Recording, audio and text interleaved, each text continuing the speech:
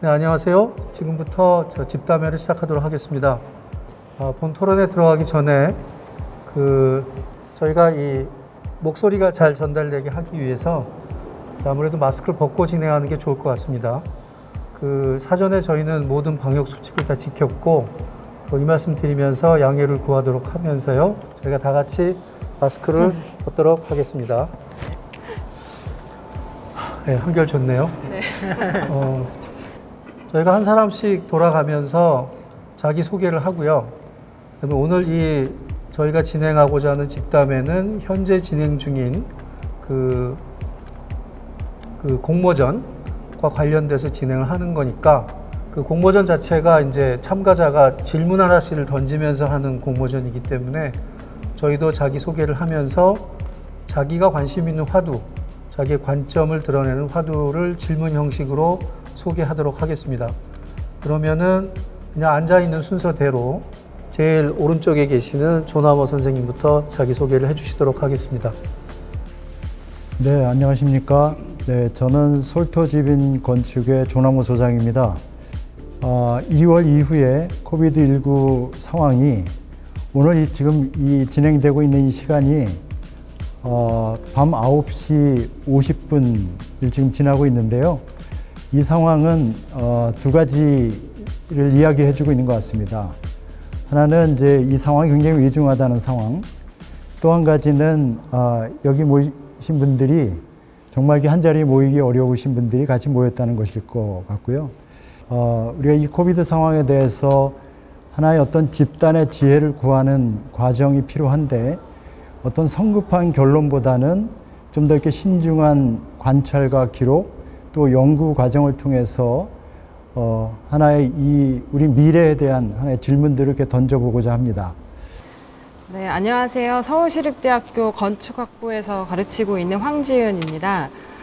우리의 이제 교육 환경이나 미래 학교는 어떤 모습이어야 될까? 이런 게 굉장히 당면 문제이기도 하고요. 학교에서 학생들을 가르치고 있기 때문에. 그리고 또 우리 사회가 이제 학교가 등교를 하느냐 안 하느냐에 이제 기점으로 굉장히 많은 결정을 하게 되는데 그만큼 지표이면서 사실은 누군가의 학생, 누군가의 선생님, 누군가의 학생의 부모님, 모든 가족 관계까지도 사실은 얽혀있는 문제이기 때문에 사실은 그 교육 자체의 변화 혹은 학교의 환경, 미래의 교육은 무엇일까 하는 큰 질문을 가지고 왔습니다. 네, 안녕하세요. 저는 황두진이라고 합니다.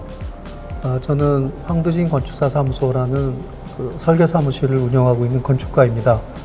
제가 관심 있는 테마는 우리가 역사로부터 어떤 것을 배울 수 있을까라는 것인데요. 그래서 저는 얼마 전에 좀 시간을 내서 인류가 지금까지 겪었던 소위 대규모 역병들의 역사들을 좀 훑어본 기회가 있었는데 그때 제가 관심을 갖게 된 것은 그런 역병이 돌 때마다 다 도시들이 다 비워졌고 도시 문명이 정말 소멸될 것 같은 그런 상황들이 왔었는데 결국은 또 어떤 시간이 지났을 때 다시 회복이 되고 거기서 또 인류가 새로운 지혜를 얻어서 그 다음 역병에 또 대비를 하고 그런 걸 보면서 뭐라 그럴까 약간의 희망을 좀 가졌다고 할까요? 저는 오늘 그런 관점에서 좀 이야기를 나누고 싶습니다. 저는 01 스튜디오 건축사 사무소 운영하고 있는 건축가 조재현입니다. 제 작업에서 제가 평소에도 굉장히 관심 많이 갖고 있는 공간들이 사회적인 공간들이에요. 그러니까 지금 저희가 코로나 이후로 지금 거의 6개월 넘게 굉장히 오랫동안 주변의 공공시설들이 다 문을 닫은 이후에 저희 일상에 미치는 영향에 대해서 많이 생각을 하게 됐습니다. 도서관, 전시관 이제 하나하나 문 닫거나 아니면 굉장히 제한적으로밖에 이제 갈 수 없게 되면서 거꾸로 이런 공간들이 도시의 한 거실로서 개개인의 생활에 얼마나 많은 영향을 주고 있었나. 그리고 저희가 그냥 안전한 거리를 지키기 위해서 이런 공간들이 다 문을 닫았을 때 얼마나 큰 결핍이 개개인한테 생길까라는 부분이 굉장히 궁금해졌어요. 네, 저는 카이스트 바이오 및 뇌공학과의 정재승이라고 하고요. 뇌를 연구하는 물리학자입니다. 공간이 그 사람의 인지, 사고, 행동에 어떤 영향을 미치는가, 이게 제 오랜 학문 주제였고요. 최근 들어 저희 분야에서는 신경건축학이라는 이름으로 이렇게 인간이 만든 공간과 건축물이 그 안에 있는 사람들의 인지, 사고, 행동에 어떤 영향을 미치는지를 탐구하는 그런 신경건축학 분야를 발달시키고 있어서 이번 기회에 제가 이제 함께 토론도 해보고 또 좋은 아이디어도 얻었으면 하는 거는, 인공지능이 굉장히 발달해질 텐데 이제 이런 데이터를 통해서 인간의 본성이 담겨 있는 데이터를 잘 분해해서 이 분석을 통해서 인간에게 필요한 어떤 서비스를 도시가 제공하게 될 텐데, 이제 이런 인공지능 시대에 인간 본성의 데이터의 분석이 도시를 어떤 방식으로 진화시킬 거냐, 이런 화두를 좀 던지고 함께 토론해 보면 좋을 것 같아요. 네, 안녕하세요. 저는 김홍중이라고 하고요. 서울대학교 사회학과에 재직하고 있습니다. 조금 과장되게 얘기하면 이보다 훨씬 더 폭력적이고 심각한 재난들은 많이 있었겠지만, 이렇게 얽혀있고 매스미디어나 SNS를 통해서 현실을 가시화시켜서 모두가 공유할 수 있는 시대에 벌어진 초유의 재난처럼 느껴져요. 재난에 대해서 많은 걸 배워가고 있고 생각하고 있는 것 같아요. 그런 점에서 저가 오늘 좀 깊게 여러 선생님들과 논의를 하고 싶은 것은, 지금 우리가 살고 있는 사회는 17, 18세기에 시작되어서 약 200~300년간 형성된 어떤 종류의 사회 계약의 산물이에요. 공장은 이렇게 짓고, 학교는 이렇게 짓고, 이렇게 건축된 공간들에서 살자. 제 생각에 코로나19는 그 계약을 시험에 붙이는 것 같이 느껴지기도 합니다. 그리고 아직 우리는 새로운 사회 계약을 만들지 않았고, 어떤 사회를 우리가 만들어 가야 될지에 대한 충격이 시작된 것처럼 보입니다. 그래서 사회학자지만, 그리고 이론가지만 가장 구체적인 현실에서 그 새로운 사회의 그림을 어떻게 가져가야 될지에 대한 아이디어와 여러 생각들을 나누고 싶어서 이 자리에 왔습니다. 저희도 어떻게 보면은 같이 질문을 던지는 입장이고, 굳이 심사를 한다기보다 어떤 토론에 참가하고 이야기를 같이 만들어 나가는 입장이라는 측면에서 명칭을 살짝 바꾸는 것이 좋겠다고 생각을 한 거죠. 그런 점에서는 우리가 오늘 이제 이 야심한 이 시간에 여기 모여서 이야기를 한 그 근원이 되는 이 공모전을 왜 기획을 하게 됐고, 그 의미가, 그 취지가 무엇인지를 그 건축가 협회 부회장으로 계시는 조남호 선생님께서 아까 좀 언급을 하셨는데 조금 더 자세하게 말씀해 주시면은 거기서 이어서 저희가 토론을 진행하도록 하겠습니다. 그 전에 재난에서도 그랬지만 그 재난 때마다 도대체 우리가 이 상황에서 무슨 일을 해야 되는가라고 하는 질문을 던질 수밖에 없었고, 또는 이런 우리가 재난을 통해서 얻는 게 있는데, 그걸 이제 때로는 재난 유토피아 이런 말들로 한다고 생각합니다. 그러니까 재난 유토피아라는 말은 우리가 재난을 통해서 어떤 새로운 교훈을 얻고 또 미래를 준비하는데 하나의 중요한 계기가 된다는 말이기도 한데, 그래서 결국 이 재난을 극복하는 방법은 어떤 집단의 지혜에 의해서 가능하다고 생각하는데요. 그래서 이 건축이라는 영역 안에서 하지만 이런 어떤 학제의 범위를 넘어서 다양한 영역들의 어떤 통합 과정을 통해서 이 재난에 대비하는 그런 과정들이 필요하다라고 이렇게 생각이 됐고요. 그래서 이게 이제 마치 갑자기 다가온 미래 같은데, 그 미래에 대해서 우리가 성급한 결론보다는 보다 이렇게 신중하게 기록하고 관찰하고 또 연구하는 과정이 필요하다고 생각했고요. 또 한편으로는 이 미래가 우리가 긍정적으로 무조건 다가오는 것이 아니라 또 애써 준비하는 미래라고 하는 관점도 있고, 또 동시에 선제적인 대응도 필요하다는 관점에서 이 공모를 준비하게 됐고, 당연히 지금 이제 건축계뿐만 아니라 도시 조경을 넘어서 사회학, 또 과학, 또 보건, 이 다양한 분야들과의 어떤 연구 과제를 통해서 좀 더 이 시대에 대해서 좀 더 복합적인 해법을 기대하는 이런 공모를 준비하게 된 것입니다. 공모전의 영문 제목도 What is to be asked고 어떤 질문을 던질 것인가를 이제 질문 자체를 공모전의 제목으로 걸고 있지 않습니까? 해법보다는 질문이고 경쟁보다는 협력이어야 한다. 그게 굉장히 처음부터 저희가 이제 이 공모전이라는 게 사실 컴피티션이라는 걸로 저희가 주로 영문으로는 번역이 되는데 그 컴피티션이 아니고 우리가 정말 지금 우리가 각자 겪고 있는 개인의 조각 그림이 모여야 거기서부터 저희가 지금 이 상황을 저희가 내비게이트 할 수 있는 지도를 만들어야 거기서부터 해법이 나올 수 있지 않느냐라는 게 이제 첫 번째 이 기획의 시작이었습니다. 이 공모전의 기획의 시작이었고요. 한편으로는 이제 저희가 각자 자기가 갖고 있는 문제들로 주제를 제안하고 앞으로 연구해보고 더 탐구해볼 만한 그 주제를 제출하셔서 이제 그걸 더 발전시키는 단계로 넘어가는 5팀을 고르는 게 이제 한 트랙이 있다면 다른 한 트랙은 각자 저희 누구나 다 이 오픈콜에 응해서 주제 연구를 하려고 의도를 하시는 분이든 아니면은 각자 자기 삶에서 시민 누구나 다 지금 저희가 다 각자 개인이 다 갖고 있는 이 의문 평소와는 다르고 각자 위기감을 다 갖고 있잖아요. 뭔가 바뀌었는데 이게 언제 돌아가지 해왔지만 돌아갈 곳이 사실 없다. 이미 우리가 움직여온 여기서부터 다시 새로운 시작을 열어가야 한다라는 그런 인식을 다들 갖고 있기 때문에 그 지점을 자기 생활의 어떤 새로운 공간 어떤 사용법을 고안을 해내야 되는 이 막막함이나 당황스러움 이런 것들을 공유하면서 그 내용들을 지혜를 같이 구하는 그런 공론장을 만든다는 게 또 한 그 편에 있습니다. 그래서 그런 점이 이번 저희가 기획한 공모전의 굉장히 큰 특징이고요. 김홍준 교수님께서 말씀하신 새로운 의미의 사회학적 계약, 그 계약의 주체가 이제 이전 시대와는 좀 다른 그 부분으로 한번 이렇게 넓은 화두를 좀 던지면서 본격적인 토론에 들어가면 좋겠다고 생각합니다. 사실 바이러스라는 것은 이제 제가 아는 짧은 지식 안에서는 한 1940년대쯤에 아마 사람들이 눈으로 관찰할 수 있는 현미경의 발전에 의해서 나타난 존재였을 것 같은데요. 흥미로운 것은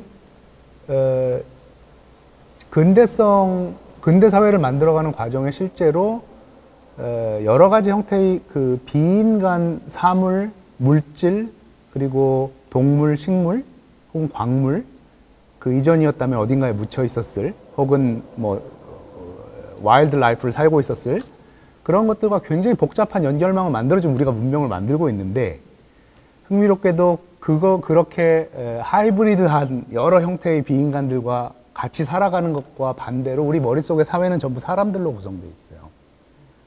사람들이 사는 거고, 공간은 사람들이 살기에 최적인 것으로 만들어져 있고, 사실 우리 머릿속에 있는 사회는 언제나 인간으로 구성되어 있는 사람들의 공간이지만 실제로 물성의 차원에서 보면 엄청나게 다양한 비인간 존재들과 공존, 공생하고 있습니다. 이제 선생님 잘 아시겠지만 이제 곧 뭐 AI 등등의 기계적 생명체라고, 생명 개념 자체가 사실은 흔들리는 그런 점에서 이번 바이러스 사태가 저한테 흥미로운 것은 우리가 다시 인간이 바이러스를 방역한다, 내지는 뭐 군사적 작전을 펼치듯이 막는다, 이런 관점으로 우리가 여전히 인지적으로 이 사태를 보지만, 사실 잘 아시겠지만 바이러스와의 공존 내지는 어떤 약간의 적대적 위험한 공존은 굉장히 오래된 것이고 진화적인 공생이 있었던 것이고, 지금쯤 가면 우리가 반대로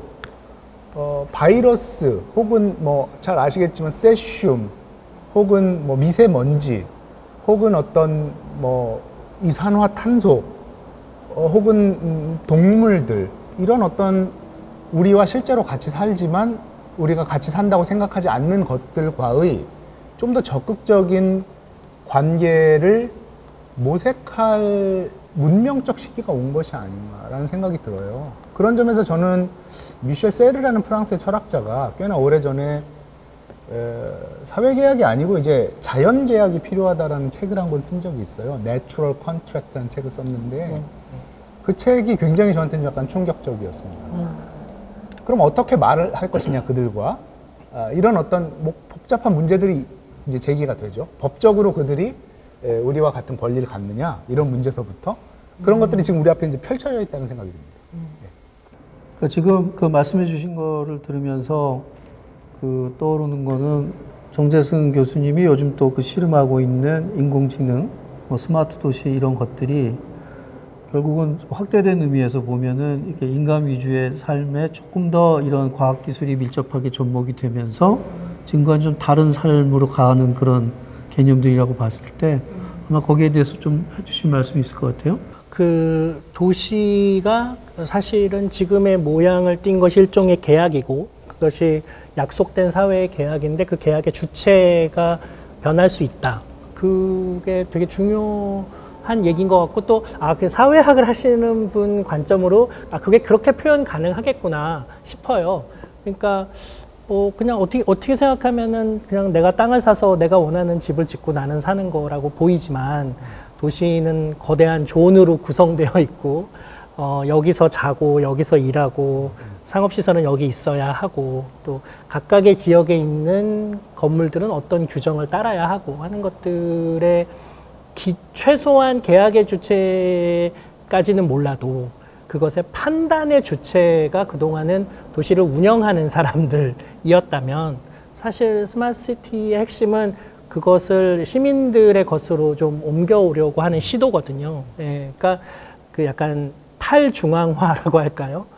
블록체인이 추구하는 것처럼 이게 그냥 절대 권력을 가진 정부, 뭐 국토부, 또 실제로 그 지역을 개발하는 뭐 LH 그들이 중심이 돼서 그들이 관리하기 좋게 또 그들이 비싼 가격에 땅을 팔기 좋게 이렇게 개발하는 것이 아니라 시민들이라면은 어떤 도시의 삶을 원할까?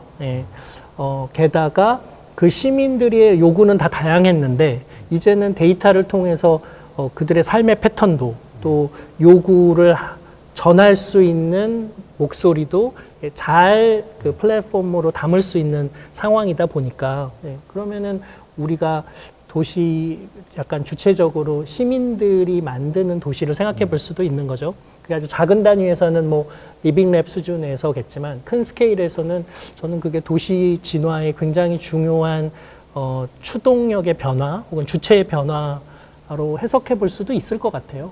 그 코로나 이전에 생각하셨던 그런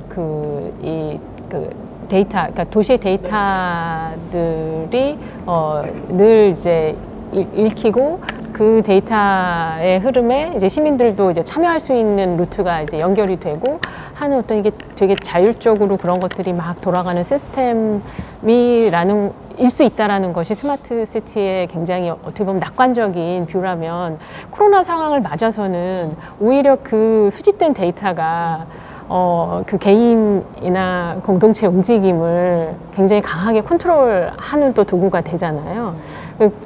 그런 부분에 대해서는 그 코로나 이후에는 어떤 생각을 하시게 되셨을지 궁금해요.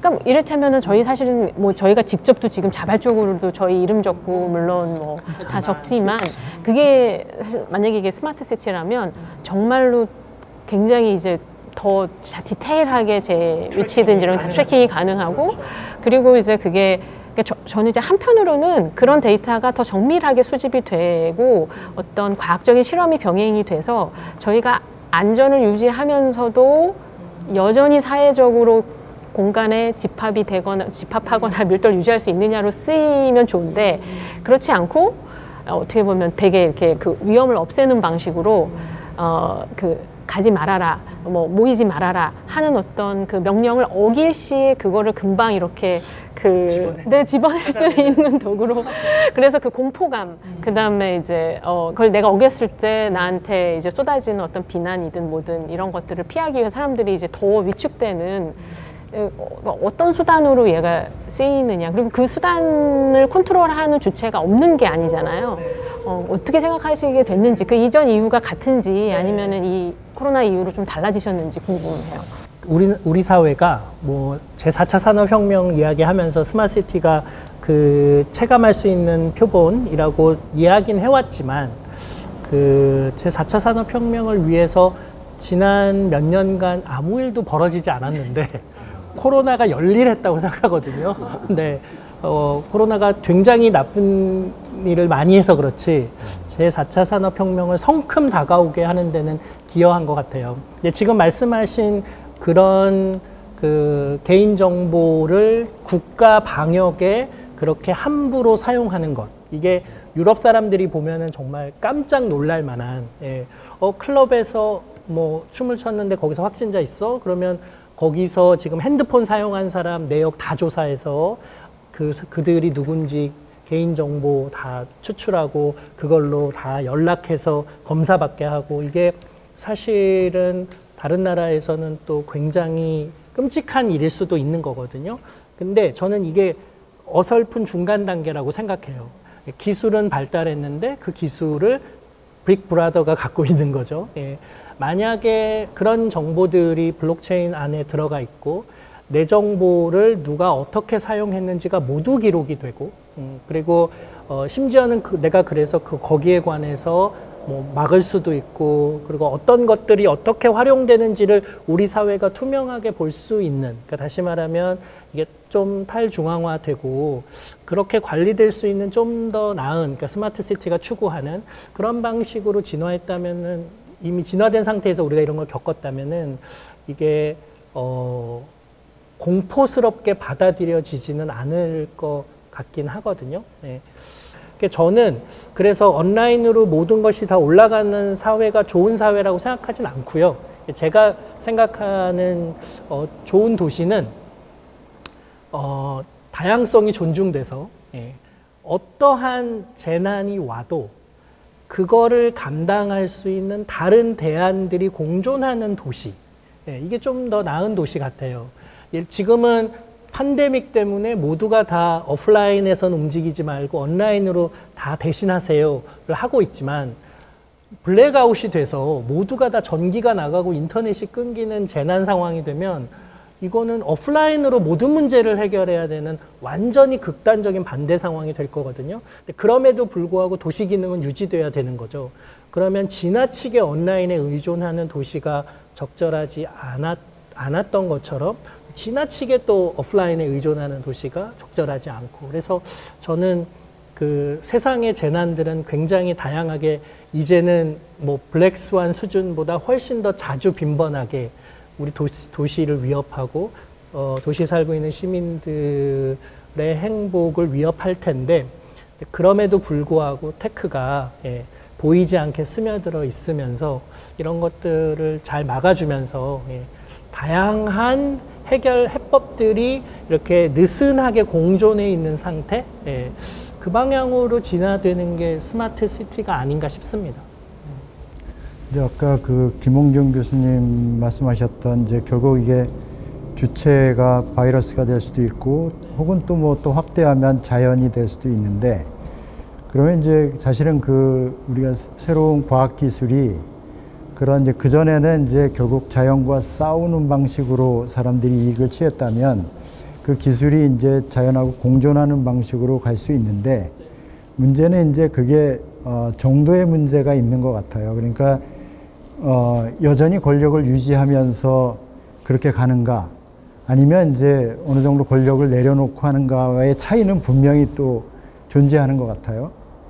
그거의 그 미래 가능성은 어떻게 보는 걸까요? 여전히 이제 지금 뭐 주변에서도 서울의 공기도 훨씬 좋아졌다고 느끼는 경우가 많고, 물도 맑아졌다고 느껴지는 거 많고, 그러니까 이제 온라인의 상황이 환경도 좋게 만들고 하는데, 그게 이제 결국은 우리가 내려놨기 때문이라기보다는 이제 새로운 이제 적응하는 방식에 의해서 된 것이지, 이게 우리가 권력을 내려놓은 건 아니잖아요. 그러니까 이 두 가지는 비슷하게 보이긴 하지만 사실은 미래는 분명히 좀 다를 거라는 생각이 드는데, 그거의 어떤 가능성은 어떻게 예측할 수 있을까요? 지금은 열려있는 질문 같고요. 그거야말로. 그리고 이제 두 가능성들이 다 공존이 가능하다고 생각이 드는데, 예를 들면은 도시에 공원을 많이 짓고 작은 공원들을 여기저기 두는 게 지금 스마트시티에서 되게 중요한 그 제안이었는데, 건축하시는 분들하고 도시공학 하시는 분들이 엄청나게 반대를 하시더라고요. 그 이유가 밤에 우범 지역이 된다는 거예요. 그래서 시민들이 무서워한다는 거예요. 그 공원을 지나가는 거를. 근데 가까운 거리에 좀만 걸어가도 공원이 있는 건 삶의 질이 너무 중요하거든요. 그러면 이제 그런 자연 친화적인 도시 환경을 만들려면은 공원은 많이 짓되 밤에 우범 지역이 되지 않는 그런 스마트 시안 시스템이 각별히 필요한 거죠. 그 세종 같은 경우에는 앞에 습지가 있어요. 그래서 우리가 그 뭔가 그 람세르 습지와 그렇게 지정도 하고 습지를 멀리서 관찰할 수 있는 테크들을 좀 넣어드려서 걔는 잘 보존하면서도 그게 도시민들에게 뭔가 교육의 대상이기도 하고 즐길 수 있는 대상이 되기도 하고 하는데 테크가 쓰이는, 이런 것들을 지향하는데 항상 그 테크들은 그런 방식으로만 사용되는 게 아니라 그 굉장히 반대되는 방식으로도 사용되고 있는 거죠. 예를 들면 뭐 인간이 움직이지 않아서 매연은 줄어들었지만 너무나 많은 배달 때문에 쓰레기는 훨씬 더 많이 늘어났거든요. 그러니까 이런 이제 그 인간이 자연과 공생하는 데 있어서 기술은 어떤 방식으로 기여할 것이냐, 이 넓은 질문에 대해서 우리가 약간 섬세하게 다가가면서 인간적인 솔루션들을 만들어야 될 때가 본격적으로 온 것 같아요. 저는 아까 정재승 교수님 말씀하셨던 이런 타일 중심화, 그런 그 것들이 사실은 되게 잘 이루어졌다고 생각해요. 교육계에서는. 그러니까 사실 건축하는 사람이나 과학자들이 미래에 대해서 굉장히 긍정적이고 낙관적이기 마련인 것도 있긴 한데, 결국은 그런 온라인 수업을 하다 보면 또 인터페이스가 굉장히 많이 바뀌어서 이제 그 그리드 안에 내가 학생들하고 같이 들어가 있으니 이제 이런 바뀐 환경에 대해서 서로 의논하면서 과제를 계속 바꾸거든요. 사실은 어떤 규칙이나 법률이 먼저 선제하고 그걸 따르는 게 아니라 오히려 굉장히 빈틈이 많은 어떤 이렇게 원칙이 내려오고 나머지는 개인들이 다 메꾸는 그 과정을 다 메꾸는 과정으로 사실 한 학기를 지난 학기를 했고요. 그리고 아마 여전히 그런 마찰이나 진동을 계속 다 이렇게 맞추고 있긴 한데, 어떻게 보면 교육이라는 큰 어떤 그 미션은 우리가 굉장히 보편적으로 혹은 본성으로 갖고 있는 거라서 그런 게 아닐까 하는 생각까지도 하는데요.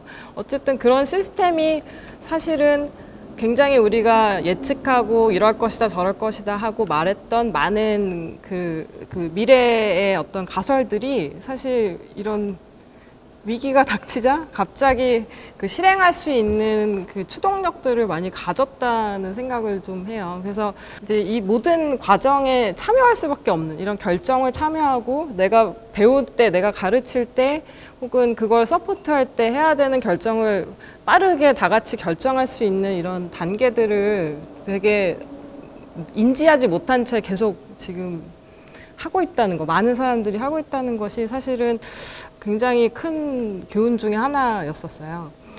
그리고 교훈이라고 말하면 다 지난 일 같지만 어쨌든 지금 계속 진행되는 일이고, 그리고 결국은 정재승 교수님도 저희도 굉장히 이 상황을 매우 긍정적인 신호로 보고 얘기를 했는데, 어떤 또 비관론 혹은 어떤 우리가 조심해야 될 지점들이 있을지 좀 여쭤보고 싶었었어요, 아까. 왜 이번에 이제 그 팬데믹이 있으니까 밖에 잘 못 나가니까 사람들이 뭐 넷플릭스나 뭐 여러 가지 집안에서 많은 이제 영화들을 저는 작년에 나왔던 그 체르노빌이라는 미니시리즈 오래 봤어요. 근데 그 영화 그 미니시리즈를 보면서 제가 좀 독특하게 느꼈던 것은 왜 소비에트가 말하자면 핵을 관리할 수 없었는가라는 그 시스템 문제를 묻는데, 저한테는 어떤 게 들어왔냐면 참사 현장 곳곳이 예전과 다르지 않은데요. 집은 집이고 뭐 숲은 너무 아름답고, 근데 그게 약간 귀신이 들려있듯 물질성에 들려 있는 거예요. 못 들어가잖아요, 사실. 이제 뭐 측정기를 집어넣으면 확 올라가니까 우리 알아요. 못 느끼는데.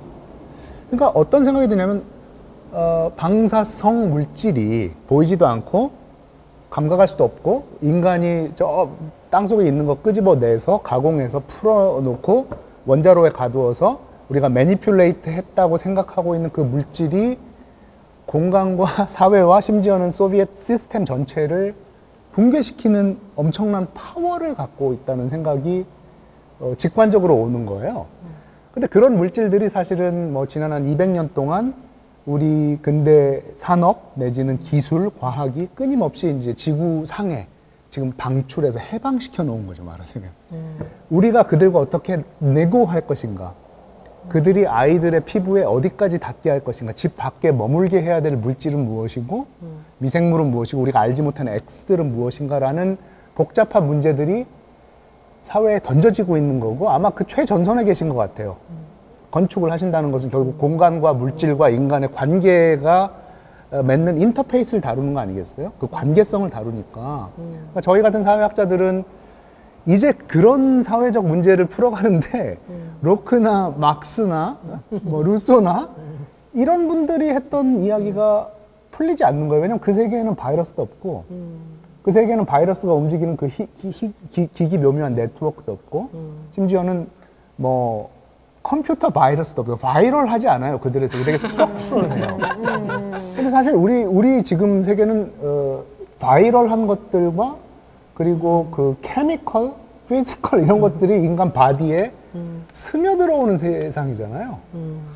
그러니까 이 세상에서 이렇게 됐을 때 과연 아이를 키운다는 게 뭐냐, 가르친다는 게 뭐냐, 산책을 한다는 게 뭐냐, 물건을 산다는 게 이게 전부 바뀌는 것처럼 저는 느껴져요. 그래서 바이러스가 이게 뭐 세상을 바꾼다고 말하는 건 과장이겠지만 바이러스를 통해서 우리는 non-human 파워들에 대한 감수성이 지금 엄청 제고되고 있고 non-human 파워들과 어느 선에서 계약을 맺을 것인가가 우리가 앞으로 아마 이건 지적인 문제가 아니라 저는 서바이벌 프로블럼이라고 생각합니다. 아마 그 전선에서 지금 우리가 공모하는 저 상상력들이 그 위협성 내지는 그 물질과 접촉이 갖는 원초적인 논란 이런 것들이 저 안에 좀 이렇게 넘실거렸으면 좋겠다는 기대가 좀 있는 거죠. 그리고 정말 중요한 부분은 사실 이게 위기인 건 왜 위기냐면 저희가 그렇게 인지는 했지만 건축은 굉장히 딱딱하고 특히 이제 건축을 의사 결정하는 과정 정책이 사실 뭐 많은 뭐 도시도 그렇고 공공 건물, 공공 공간들이 실제로 만들어지는 과정은 완전히 정말 옛날 패러다임에 근거하고 있거든요. 그게 진짜 사실은 큰 문제예요. 저희 지금 이 공론장을 만들어서 그 얘기는 뭐냐면 지금 보이지 않는 어떤 객체를 우리 의사결정의 테이블에 앉히자. 그 얘기는 뭐냐면 이걸 그냥 과정으로 만들어줘야 돼요. 결론을 짓지도 말아야 되고 어떤 가설이나 개념을 우리가 정의하려고 나 혼자 이렇게 테이블에서 아무리 연구를 해봤자 그게 나오질 않는 거예요. 그러니까 같이 생각해보자. 우리 뭐가 어떻게 벌어지고 있는 거야 라는 걸 계속 끊임없이 물으면서 그냥 열린 그 상태를 계속 유지하는 의사결정 체계를 유지해야 되는데 건축은 보통 돈이 정해지고 예산이 정해지고 예산에 맞춰서 사실은 계획이 불특정하고 아직 열려있는 상태에서 일단 물리적인 거를 정한 다음에 거꾸로 그걸 채우는 어떤 유형이든 이런 것들이 들어오는 방식에 특히 이게 저희가 근대화나 산업화를 거치면서 도시를 급속하게 만들고 어떻게 보면 효율을 높이려다 보니 이런 의사결정 체계가 완전히 고착화됐거든요. 근데 이 상황에서 저희가 이런 상황을 만난 거예요. 코로나 같은 상황을 만난 거예요. 말씀하신 그런 열려있는 사회계 우리가 완전히 새로운 규범이나 새로운 규칙을 어떻게 보면 공간에 계속 들여와서 실험도 하고 사람들이 서로서로 우리가 서로서로 행동하는 패턴에 맞춰서 공간이 되게 유연하게 막 조직화도 이렇게도 해줘보고 이렇게 담도 쳤다가 이렇게도 담도 쳤다가 이런 걸 해줘야 되는데 건축가로서는 사실 지금 상황이 어떻게 보면 약간 그런 도구가 저희한테 있나 그런 거에 적절하게 건축의 의사결정을 하고 저희가 이런 공간을 구축할 수 있는 게 저희 직능 안에, 업 안에 지금 구축돼 있나 하면 사실은 없는 거예요. 그걸 완전히 새로 만들어야 되는 게 어떻게 보면 저희의 위기다. 그래서 지금 저희가 사실 다 각자 겪고 있는 거를 저는 이제 가장 두려운 점이 뭐냐면 사실 제가 2월 달쯤 생각했을 때 공간은 이래야 되지 않을까? 앞으로 이렇게 되지 않을까 했던 거랑 3월 달랐고 4월 달랐고 5월 달랐고 8월이 또 달라요. 근데 이거를 어느 순간 안전해졌다고 생각하는 순간 다 까먹게 될 것 같은 생각이 들 때 제일 불안해요.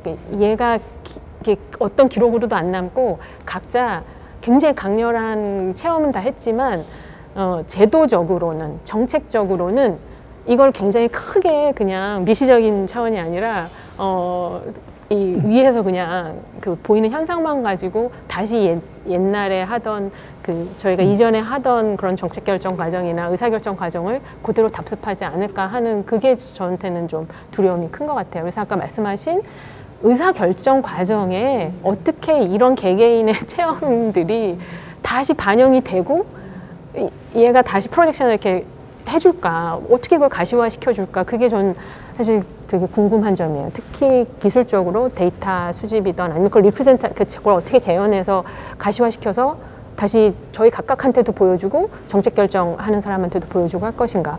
그런 걸 어떻게 누가 먼저 리딩할 것이냐, 그 리더십을 누가 발휘할 것이냐, 그 부분도 좀 저는 의문시. 그러니까 제가 그런 지점이 제가 관심이 있는 부분인데, 그러니까 저는 아까 제 소개를 할 때 이제 제 화두는 우리 과거로부터 뭘 배울 수 있냐라고 말씀을 드렸는데요. 아직 이 코로나 사태가 진행되고 있는 상황이기 때문에 좀 성급할 수는 있지만 제가 그동안까지 느낀 건 뭐냐면 지금 방금 조재원 선생님도 얘기하신 건데 여기 인류의 집단 기억력의 이 소위 메모리 스팬, 기억력의 유효기가 너무 짧다는 생각이 드는 거예요. 그러니까 단적으로 말씀을 드리면 우리가 이번에 마스크를 씁시다라고 하는 거를 어떤 사회적 합의의 대상으로 인정하기까지 사실 굉장히 많은 시간이 걸렸는데 뭐 다들 아시겠지만 정확하게 100년 전에 스페인 독감이라는 게 유행을 해서 사실 코로나보다 훨씬 더 짧은 기간에 훨씬 더 많은 이 피해자들을 만들어냈죠. 근데 구글에 들어가서 스페니쉬 플루 마스크라고 써보면 정말 어마어마한 숫자의 사진들이 뜹니다. 그때도 전 세계에서 마스크를 썼더라고요. 그러니까 일본 동경에서 사람들이 마스크 쓰고 있는 사진도 있고, 심지어는 시애틀 같은 데서는 요즘 뭐 이렇게 보면 지하철에서 이렇게 가끔가다 시비 붙는 그런 동영상들 많이 올라오는데 이미 그때 당시에 시애틀에서는 마스크를 안 쓰면 전차를 탈 수 없게 하는, 그러니까 그러한 경험들이 분명히 인류한테 있다는 거예요. 그런데 왜 그러한 귀중한 경험들이 이런 상황이 발생했을 때 효과적인 방법으로 즉시 최일선으로 튀어나와서 우리가 조금 더 빨리 중요한 의사결정을 하는데 기여하지 못하는가가 저는 굉장히 의문이었고, 스페니쉬 플루가 있고 나서 한 10년 후에 르코르비제가 그 주택을 설계하면서 거기 로비에다가 이제 세면대를 갖다 놔요. 르코르비제는 누구보다도 이제 위생에 대한 개념이 많았던 사람인데 그런 얘기를 어떤 자리에서 한번 했는데 당장 무슨 비판이 들어오냐면 야, 그런 진부한 얘기를 지금 하고 있으면 어떡하냐.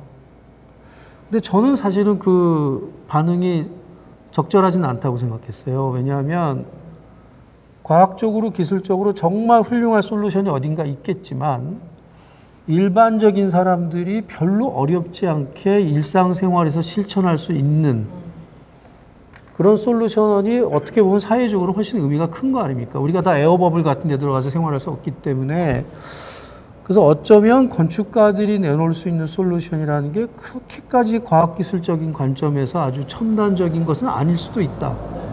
이런 거를 좀 인정을 하고 조금 더 보편적인 솔루션이 어디 있을까도 역시 마땅히 좀 관심을 기울여야 되지 않을까라는 점에서는 여전히 지나간 시대에 과학기술이 발달하지 않았지만 어떤 경험적인 지혜를 가지고 접근했던 그 당시의 기록들이나 그 당시에 사람들이 취했던 행동들이 우리에게 여전히 시사하는 바가 있을 것이다 라는 그런 생각을 갖게 됐습니다.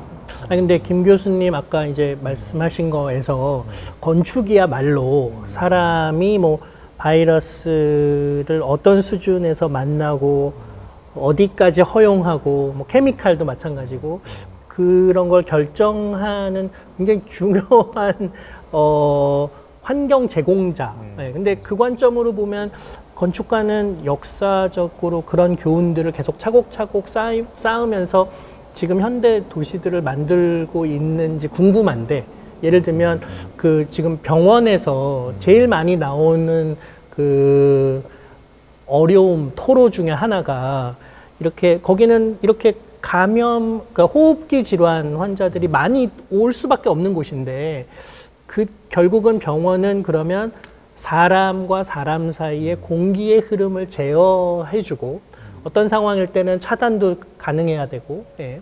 그러니까 그 공기의 흐름까지도 컨트롤할 수 있는 건축 공간이 최소한 병원은 필요한데, 예. 그리고 이게 역사적으로 굉장히 오랜 누적된 경험들이 있고, 근데 그것에 관한 건축적 솔루션들을 그동안 개발해 오고 축적해 오고 또 적용해 왔는가. 업계에 그런 농담이 있긴 하죠. 뭐가 있어요?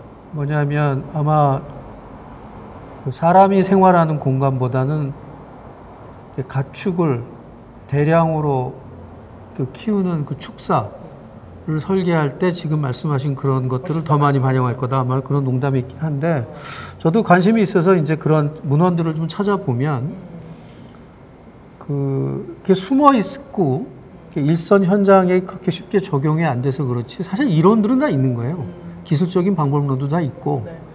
그래서 뭐 이미 상당히 많은 부분에서는 그러한 뭐 진보가 사실 이루어진 것도 사실인데, 저는 이제 이런 계기를 통해 가지고 말씀하신 것처럼 건축이 단순히 어떤 구조와 공간과 어떤 그 장소를 만드는 것의 문제가 아니라 그야말로 인간이 만들어낸 제2의 환경인데, 자연과 구별되는 그런 환경으로서의 역할에 대해서 이미 뭐 근대 건축 발전하는 단계에서 많이 얘기는 됐던 거예요.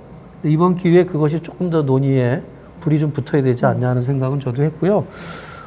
저희끼리 이제 했던 이야기들이 사실은 어떤 결론을 낸다기보다 이제 이런 꼬리에 꼬리를 물고 지나가는 이제 대화였듯이, 그런 것들이 사실 이 공모의 어떤 하나의 과정이라고 생각을 하고요.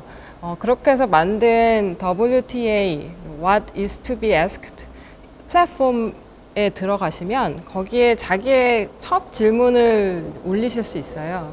그리고 여러 사람들이 올려놓은 질문들과 이제 그들의 위치 그리고 관점들을 이제 보실 수가 있는데요.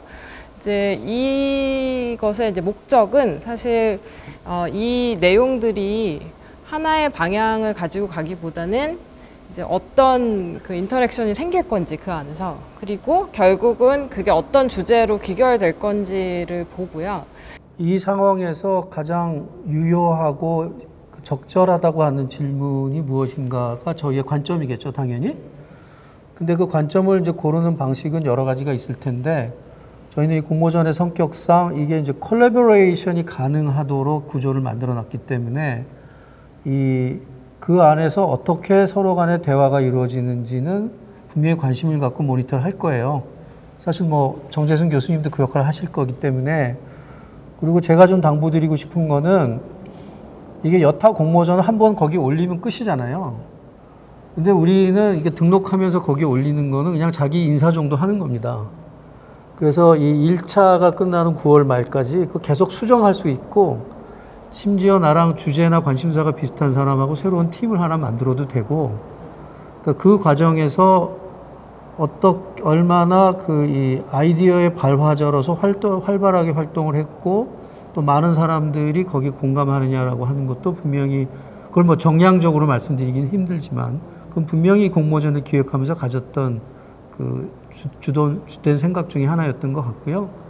아까 정재승 교수님께서 건축가들이 그렇게 오랜 이 역사를 가지고 굉장히 많은 이제 뭐 실질적인 데이터를 축적해 가면서 물리적인 공간을 만들어 왔는데, 어떻게 아직까지도 이런 거를 정확하게 이 컨디션, 아니 그러니까 그 컨디션이 그렇게 정확하게 조절되는 그런 어떤 건축적인 솔루션이 왜 없을까라는 뭐 의문점 던져주셨는데 건축이야말로 사실 굉장히 보편적인 거에 포커스가 맞춰져 있어야 되잖아요. 불특정 다수가 오기 때문에 어찌 보면 앞으로는 저희가 아주 특수한 지금 특히 이제 코로나를 지나면서는 개개인의 포커스가 맞춰져 있어야 되고 개개인 더하기 거기에 실제로는 그 개개인 사이에 발생하는 어떤 반응들 그거는 또 어떤 특수한 몇 명이냐에 따라서 또 다 다른 상황이 벌어질 거예요. 근데 그걸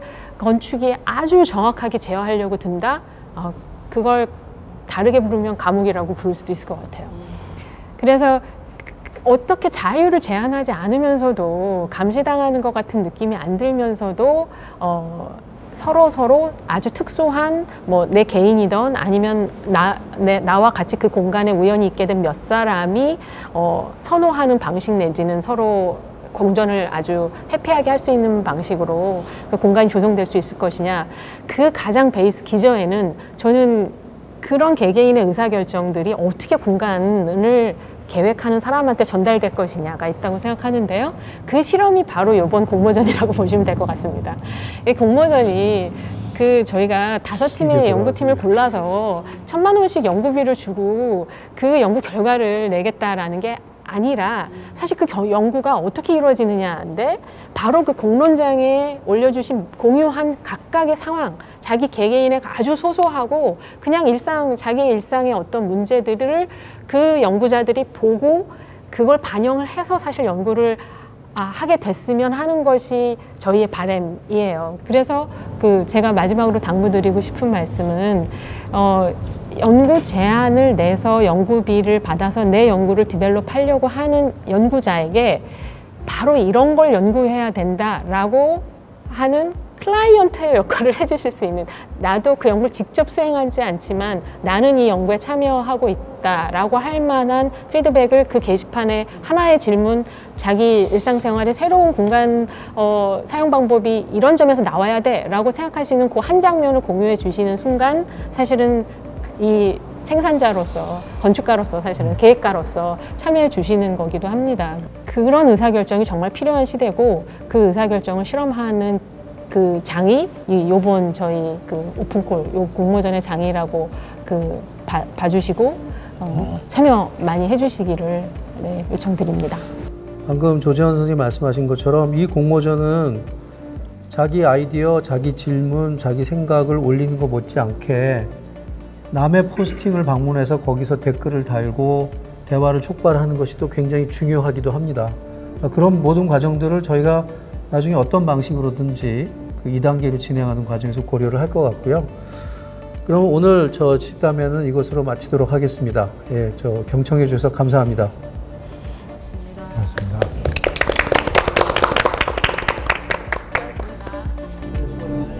수고하셨습니다.